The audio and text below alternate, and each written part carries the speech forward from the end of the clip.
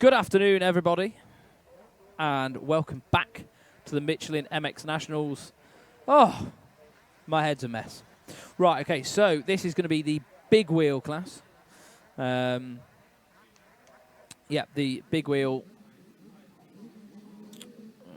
Bear with me. I think it's the Bell Helmets big wheel class. And I'm just going to go through the results from the 85cc small wheel. This is the overall. So, Kelvin Kelly got third. Rhys Jones was second, and Josh Vale got the overall on the day. Championship standings for the top three. Joey Benfield sitting there in third. Not had the best weekend this weekend. But yeah, Joey Benfield in third still. Joshua Vale second. And then Ryan Waggett is leading the way on 483. Josh Vale 30 points behind. So Ryan Waggett in quite a comfortable position at the minute. Big wheel, race number 4 is about to go anytime now. The board's going to turn to 5. And away they go. So, Heyman, terrible start again. Spun up a little bit off the grid. Who's going to take the whole shot? Just wait for them to come around. It looks like one of the big SJP Moto Husqvarnas.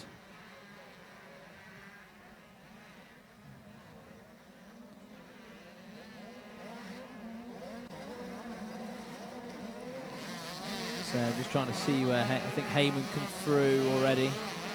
So obviously this race has been Charlie Heyman's to lose. Well, the whole way through the season he's been phenomenal, really, Charlie Heyman. Different gravy. I mean, not taken away from anybody else. Barker there as well.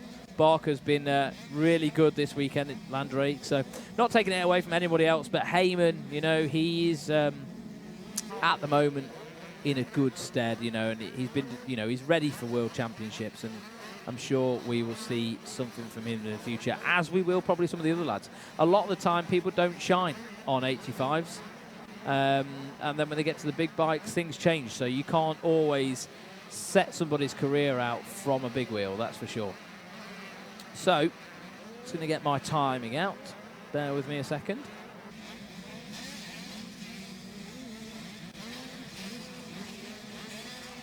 Sorry, so this is the Fly Racing big wheel class. I've made a mistake earlier. I said Bell Helmets. So this race is sponsored by Fly Racing, who have come up recently with that new Fly helmet. I urge you all to take a little look at that, because it is a tremendous piece of technology. All the internals of the helmet are, they're beyond what everyone else is doing. So it looks like Heyman's going on the inside of the 506. Unfortunately, I haven't got his name in front of me. And my head is an absolute mess from names all over the weekend. I don't want to get it wrong, so we'll wait until they cross the line, and then I know exactly who it is. I apologise to his parents. But Heyman making quick work of this, getting into the lead. And they're coming over the line just now.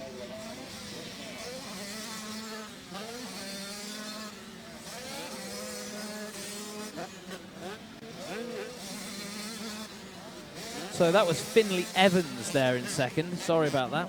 So we've got Charlie Heyman, followed by Finley Evans, James Barker in third, Tyler Hooley fourth, Billy Askew fifth, Ben Musto in sixth, seventh is George Hopkins, eighth is Mackenzie Marshall, ninth we've got Louis Vincent, and 10th, rounding out the top 10, is Liam Bennett.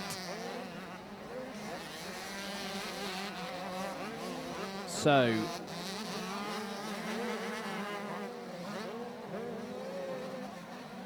yeah, Finley Evans having a good ride now.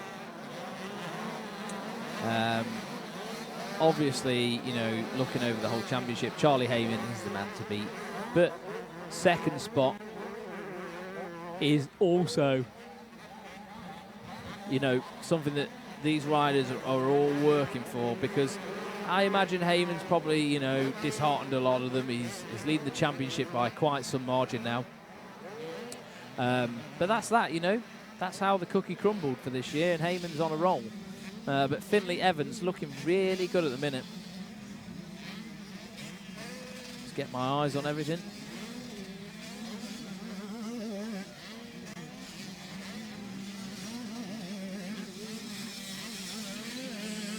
So just got a view of Liam Bennett there.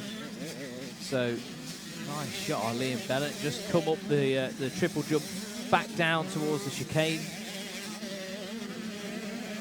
And he's working on the back of Louis Vincent.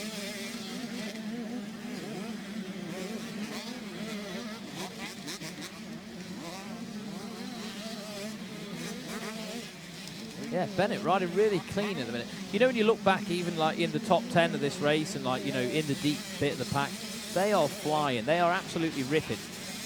You know, when you think, oh God, how is Heyman going that much quicker? It's literally just little bits everywhere where they're just slightly smoother, a little bit more on the gas, you know. But all these kids are quick. Do not take that away. Like, you know, these kids are all fast, and any of them who stick at it will end up, you know, one day being in that fastest 40s category, without a doubt. So, who have we got here? We've got the 410 of James Barker.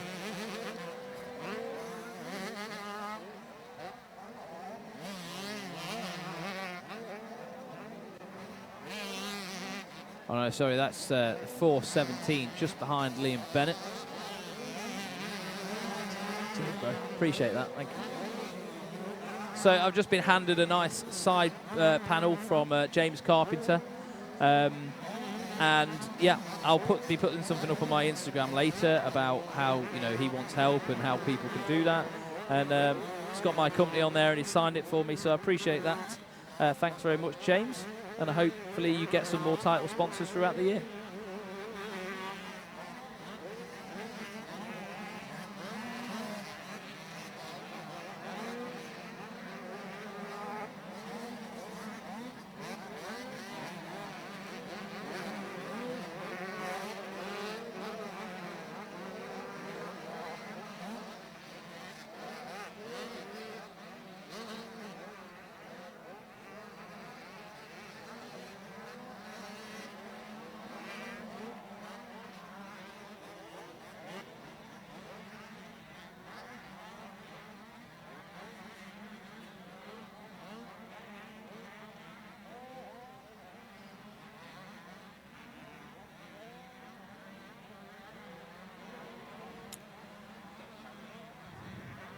Right, so I am back. Just a bit flustered off a nice little gift. So you can see the guys going through now. So let me just get this list back up on my timing on my phone, like you can as well on your Speed Hive apps.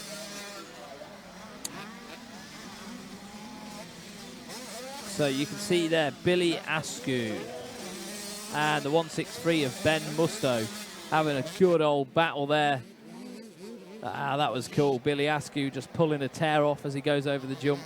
These kids really technically gifted, even at this age. They've you can see the style that they're going to adapt to when they're older and stuff.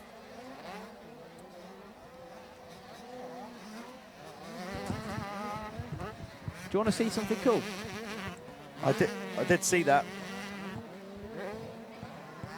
It's cool, isn't it? Yeah, just. Have you already done a shameless plug? Because you're entitled to at least 2 or 3. No, I've done one. Do another one. Okay. So soon. So I sponsored James Carpenter for this weekend, who was in the Pro MX2 class, and it cost me £250 to have the logo as the title sponsor on his bike, which I think is an absolute bargain. Still. If anybody's interested in doing that, then please get in touch with James through his Instagram or his Facebook. And yeah, hopefully I'll be seeing some other logos on his bikes throughout the remainder of the championship. Well, we've got one more round. Yeah, 250 quid.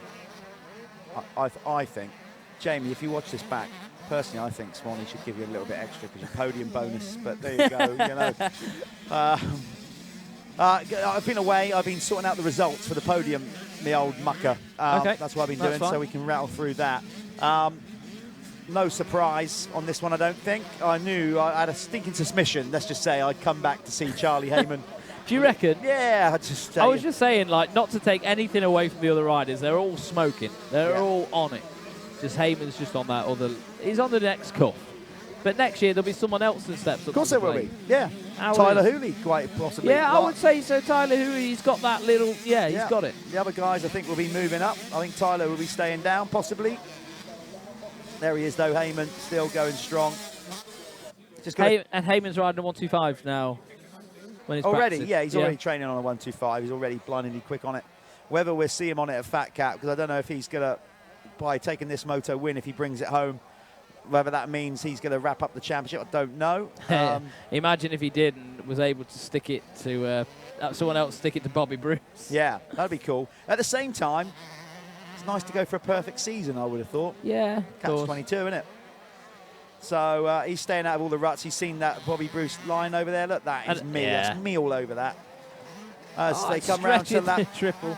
Beanie Reese, the only female girl racer in the big wheel class. Beanie out there on the Team Green Fast. Still repping it? Yeah, she's out there. Listen, she knows. She's out there among fastest kids in the country. Boy racers. To be fair, she's in training mode at the minute, isn't she, for the Girls' Nationals, really? She's not going to ride tracks like this, get as rough as this at the Girls' Nationals. It's really good for her to get some training. Yeah. Yeah, it's a different... Like, for her to step out of that comfort zone, to come here and go, you know what, yeah, I'm going to be lapped. Yeah. I'm going to be lapped. I'm going to be there. But she's getting so much more experience over the people that she's going to be racing against. Yeah. That's the bottom line of it. So there we go. Heyman comfortably away. Good final moto for Finley Evans, that's for sure. I don't know what's happened to Wall Beanie then. Just didn't make a start in this one. Yeah, he didn't make the start. Finley Evans though was he was on it at the start of the race. It took it took Charlie a fair few corners to get around him. He was putting a fight up, getting his elbows out. So yeah, Finley having a really good ride.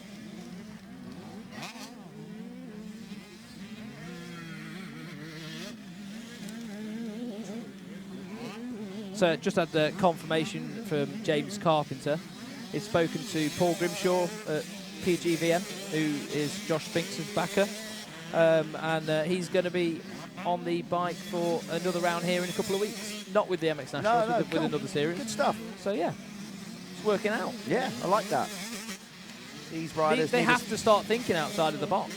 They need as much support as we can, and that's why obviously we're trying to grow and raise the bar here at the Michelin MX Nationals to try and pick our sport up a little bit and get it back to big ask, admittedly, back to how it used to be possibly in the 80s, a bit more money in the industry floating around then, but we've got to start attracting sponsors from outside the industry, and obviously hopefully this live stream will help riders as a shop window, the series as a shop window. I think as well it'd be nice to get, like, my view, the money at the moment in the sports is in the energy drinks, and if we could bring energy drinks into the amateur thing, then we need that money. That seems to be right at the top, and it needs to start being filtered down, and that's what we've had as a problem over the last few years in motocross, isn't it? Yeah, the money seems to be held in the wrong areas. A lot has changed. Obviously, there's more things to do on a weekend now, just way more things, but we need to get a bit more with it with social media. Straight rhythm. One of the ways to go to build our sport up, that can be done anywhere. Yeah. Could do that in a car park, I used to do that in a car park with my mates. I think I might have come up with straight rhythm even before the Red Bull did. But I wasn't called straight rhythm. Ours was, we had to tear up and then go round the fuel pumps, petrol pumps of the local garage. Yeah. Swerve round the village bench. Yeah. So it wasn't really straight, but it had a little kink in it. Same sort of thing. Same kind of thing, yeah. Still racing. Drop down start. It was awesome. Was that on BMX bikes? BMXs, obviously, yeah. You're not tearing around the streets on your race bike. I even won it one time on my rally grifter. Oh. Yeah. You know you're going back now. Yeah. I remember one of them being tucked away in my granddad's shed, I think. Next to my penny farthing. So, Heyman, you can hear the final moto of the day probably firing up outside of our window here in our commentary booth. That is the MXY 1 and 2 getting ready to go onto the line for the final race of the day here at round 3 of the Michelin MX Nationals. There's a few things that I need new. A fly crash helmet. You're doing your best to get one of them. No, after today's race, that's already locked in. Fly crash helmet, that's locked in. Right, I've done that deal. That deal's been struck. Right. I need a new back. Right. It's really hurting.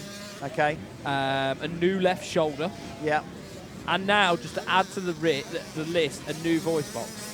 So if anybody wants to get into the sport of motocross, Swanee's just really sold it. I'll tell you what, though, it is hard work. It's one of the most demanding sports in the world. But, and here's the big but, the effort you put in, the reward you get back, when the sense of accomplishment when you finish motos and you put all into it, nothing quite like it. When you do a super tough sport like motocross and you have a good day and it all goes good and you come back, it's it is so rewarding. I'm a bit deflated, and of course you get the deflation as well. Like I last few weeks, admittedly, these guys put in years worth of training. The last few weeks, I've put in quite a lot of effort to come here and race yesterday, and it didn't go well at all. And it really puts a negative spin on your attitude, doesn't it? It makes you feel down, depressed. I'm going to have another go. I just need to. I'm going to be like Rocky, man. I'm going to be on my Instagram all next week with the Rocky music. I'm going to be running. I'm going to get it done, mate. And again, you've basically summed up why I don't return to racing age coming up to 48. Well, you know, you can still ride a bit. When you ride. Thing is, you were a good rider. I had 30 years non-stop, no injuries. I think I did my. You were a good rider. I was an average rider at best when I was good. Don't sell yourself short. Let me do that. Yeah, okay. Don't put yourself down. That's my job. Give me a jump, I'll jump it. Give me a corner, I'll 50p the hell out of it. Always been that way the whole way through. But you're out there having fun, mate, and that is what it's all about. That's it. It really is. I remember when I did the amateur race at Matley Basin. The only reason I did well is because I just did all the jumps. Useless everywhere else. Yeah. Then when I was checking out, and I was like, yeah, this is and I've had to latch onto that. So in my head, I'm like, right, I've got to be good at this because I'm terrible at everything else. Well, you have survived. I'm still here. You're aching a bit, but you're all right. Still here. So Swanee raced yesterday, of course, did 2 motos in the clubman class. This is the final Fly racing, Big Wheel 85. We must be winding it down. Can't be far off. 2 to go, I think, in this one. It's Charlie Heyman out front for SJP Moto Husqvarna ahead of James Barker. Then it's Tyler Hooley now up to 3rd. Finley Evans dropping down. I don't think that is a surprise. He has been off the bike most of the season, actually. Yeah. So just fatigue. He rode at the start of this one. He was really on it. Honestly, he put his elbows out. He was putting it to Charlie, admittedly for a few corners. Still cool. Yeah, I think genuinely that is all that probably will be with Finley Evans. Just starting to run out of steam a little bit. Lack of track time recently. James Barker's been pretty fast all day, though, as well. Yeah. Ben Musto on the Judd Orange Brigade KTM in 5th. Then it's Walbini now working his way up to 6th. Billy Askew for 7th. Matthew Beattie 8th. Then it's Liam Bennett in 9th. And then George Hopkins on the Passion Racing Husqvarna in 10th.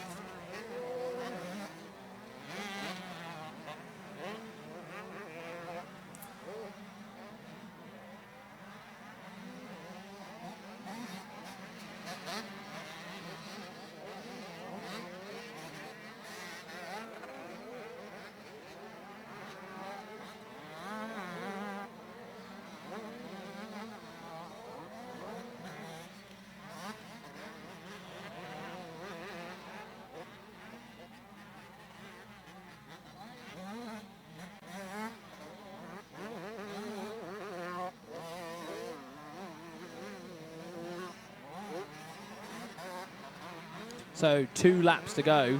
Tyler Hooley really, really working the back of James Barker now. Well, yeah, he's going to go for it here on the. There's, like you said, 2 laps to go, possibly 1 when Heyman comes over the line. This time around, let's have a look on the old MyLap Speed Hive. That's on Instagram. I'm going on the wrong button. Bear with us, people. It's been a long day. Hopefully, some of you would have based it. Well, that's the checkered flag, so it's a race win for Charlie Heyman. Who's going to get second then? Is it going to be Barker or Hooley at the flag? Hooley was right on his heels, wasn't he? It is just about Barker ahead of Hooley. Musto making a move on Evans on the last lap. So Finley Evans definitely running out of steam there and energy. But as we said, that's a good comeback weekend. Still a good ride. He hasn't, fifth in his last moto. There's nothing wrong with that. He hasn't raced much all year. So there's Beanie making up for, I think, did he crash on the start or a bad start? That really bad start. Right, this is it, folks. The Final race of the day? final race of the day coming up. Billy Askew with a little turn down whip to celebrate finishing.